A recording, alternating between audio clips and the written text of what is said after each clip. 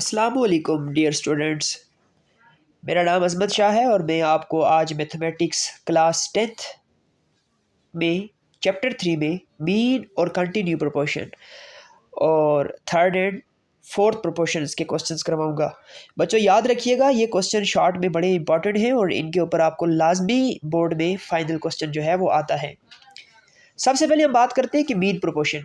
तो बच्चों आप लोगों ने जो बात याद रखनी है वो ये रखनी है कि आपको जो क्वांटिटीज़ दी हुई है वो कितनी दी हुई है। बच्चों अगर तो आपको दो क्वांटिटी दी हुई है, एक का पूछा हुआ है, तो आपका जो फार्मूला होगा वो होगा A ratio B proportion B ratio C. क्योंकि जाहिर सी बात है आप सिर्फ एक ही अननाउन जो है वो आप उसके अंदर लेंगे, तो एक तो अननोन आएगा और दो वैल्यूज आपको गिवन होंगी। इसलिए आपने जो फार्मूला यूज करना है वो ये यूज करना है, A ratio B proportion B ratio C. हर उस क्वेश्चन में कि जिस क्वेश्चन में आपके पास दो वैल्यूज दी जाएंगी और तीसरी आपके पास अननोन होगी, जहां पे तीन दी जाएंगी और चौथी अननोन होगी, वहां पे आप यूज करेंगे A ratio B proportion C ratio D. तो फर्स्ट ऑफ ऑल आपने जिस चीज को समझना है वो ये समझना है कि बच्चों आखिरकार मीन प्रोपोर्शन होती क्या है।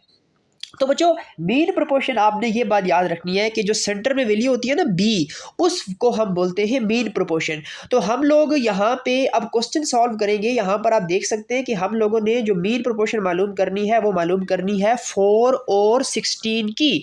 तो यहाँ पर ए की वैल्यू क्या हो जाएगी, ए की वैल्यू होगी जो पहले होगी कितनी 4। जो बी की वैल्यू है, क्योंकि आप याद रखिएगा कि आप मीन प्रोपोर्शन फाइंड करने जा रहे हैं, तो मीन प्रोपोर्शन होता ही बी है, बी यहाँ पे आपने फाइंड करना है। और इसी तरीके से जो सी की वैल्यू होगी वो कितनी होगी, जो यहाँ पे तीसरी वैल्यू दी हुई है कौन सी 16। तो ये आपके पास तीन वैल्यूज होगी, एक आपके पास अननाउन है, दो आपके पास नाउन वैल्यूज हैं। तो आप फार्मूला कौन सा वाला यूज करेंगे, फार्मूला यूज करेंगे A ratio B proportion B ratio C. तो बच्चों जिस तरह हमने पीछे प्रोपोर्शंस के क्वेश्चन कर लिए हैं जिनके ऊपर एक रूल था product of mean is equal to product of extreme, simple उसी फार्मूले से हम यहाँ से बी की वैल्यू जो है वो फाइंड आउट कर लेंगे।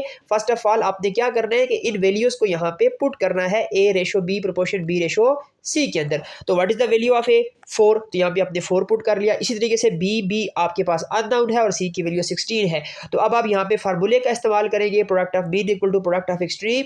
तो जो सेंटर वाले दो हैं वो आपके मीन है, तो बी स्क्वायर और साइडों पे 4 और 16 आपस में मल्टीप्लाई होंगे, आपको दे देंगे 64। तो ये तो बी स्क्वायर है, हम इसके ऊपर रूट ले लेंगे तो 8 विल बी इट्स आंसर। तो इस तरीके से आप मीन प्रोपोर्शन के क्वेश्चंस को सॉल्व कर सकते हैं। अब हम लोगों ने पढ़ना है कंटिन्यू प्रोपोर्शन। तो बच्चों कंटिन्यू प्रोपोर्शन जो है उसमें हम लोग किसी अननोन क्वांटिटी को फाइंड करते हैं, जो भी वेरिएबल होगा हम उसको फाइंड करेंगे। और इसमें भी आप अगर देखें कि आपके पास जो एग्जांपल है उस एग्जांपल के अंदर आपने ये देखना है कि आपके पास कितनी क्वांटिटीज हैं। अब यहाँ पर आपके पास देखिए वो कह रहा है कि find the value of T, हमने टी फाइंड आउट करना है, जबकि 3t और 27 जो है वो कंटिन्यू प्रोपोर्शन में है। तो हमने टी फाइंड करना है, तो यहाँ पे पहली वैल्यू जो है वो ए की आ जाएगी, बी की वैल्यू जो है वो दूसरी मतलब कि जो है वो टी आ जाएगी, और तीसरी जो है सी की वैल्यू वो कितनी है आपके पास 27। तो ये वैल्यू आपके पास तीन दी हुई है, आपने टी फाइंड आउट करना है, मतलब कि जो बी की वैल्यू है वो फाइंड आउट करनी है। तो यहाँ पे भी आपके पास तीन वैल्यूज हैं, दो नाउन है एक अननाउन है। तो यहां पर भी फार्मूला वही लगेगा A ratio B proportion B ratio C. तो जस्ट आप लोगों ने इन सारी वैल्यूज को लाके इस फार्मूले के अंदर ये जो आपके पास लिखा हुआ है इसमें पुट करना है, और यहाँ पे जो प्रोडक्ट ऑफ मीन और प्रोडक्ट ऑफ एक्सट्रीम वाला जो है आपने वो फार्मूला लगाना है, और इस तरीके से आपने टी जो है वो फाइंड आउट कर लेना है।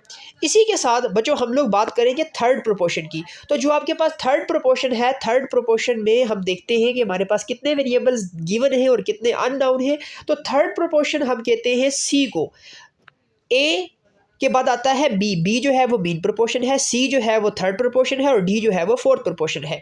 तो यहाँ पर आपके पास जो क्वेश्चन है उस क्वेश्चन में ये कह रहा है कि फाइंड द, ये एग्जांपल नंबर 15 है, इसमें कह रहा है कि find the third proportion of P and Q plus 1।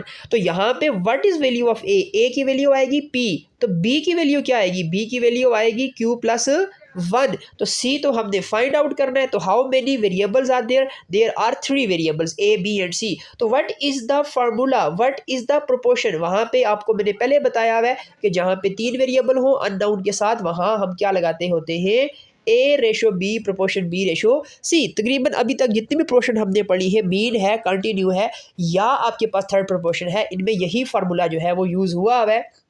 तो सेम आपने ए, बी और सी की वैल्यू यहाँ पे पुट करनी है, और पुट करने के बाद आपने फिर वही फार्मूला जो आपको ऑलरेडी पिछली एग्जाम्पल्स के अंदर, पिछली एक्सरसाइज के अंदर, पिछले लेक्चर्स के अंदर आपको पढ़ा दिया गया है, product of mean equal to product of extreme, उस फार्मूले का यूज़ करके यहाँ हम जो है वो कंटिन्यू फाइंड आउट कर लेंगे।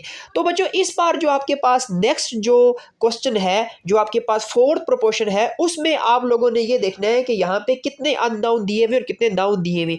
अब एग्जांपल नंबर 16 है, find the fourth proportion of x plus 1 and x plus 2। तो पहली वैल्यू यहाँ पे है वो है आपके पास a की, दूसरी है b की, तीसरी है c की, और चौथी जो d है वो आपने खुद फाइंड आउट करनी है। तो यहाँ पे आप देख सकते हैं कि आपके पास 4 क्वांटिटीज हैं, 3 नाउन है, 1 अननाउन है। तो इस बार हम जो फार्मूला है वो यूज करेंगे a ratio b proportion c ratio d। तो a b c की वैल्यू हम इसके अंदर पुट करेंगे, और पुट करने के बाद जो d है वो हम ऑलरेडी फाइंड कर लेंगे with the formula product of mean is equal to product of extreme. तो ये था आपके पास प्रोपोर्शन की टाइप, जिनमें हमने mean, third, fourth and continue proportion को डिस्कस किया है। इंशाल्लाह अगले लेक्चर के अंदर हम इसके बाद वाला टॉपिक स्टडी करेंगे। आपने ये सारे क्वेश्चन एक्सरसाइज के प्रैक्टिस करने हैं। अल्लाह हाफिज़।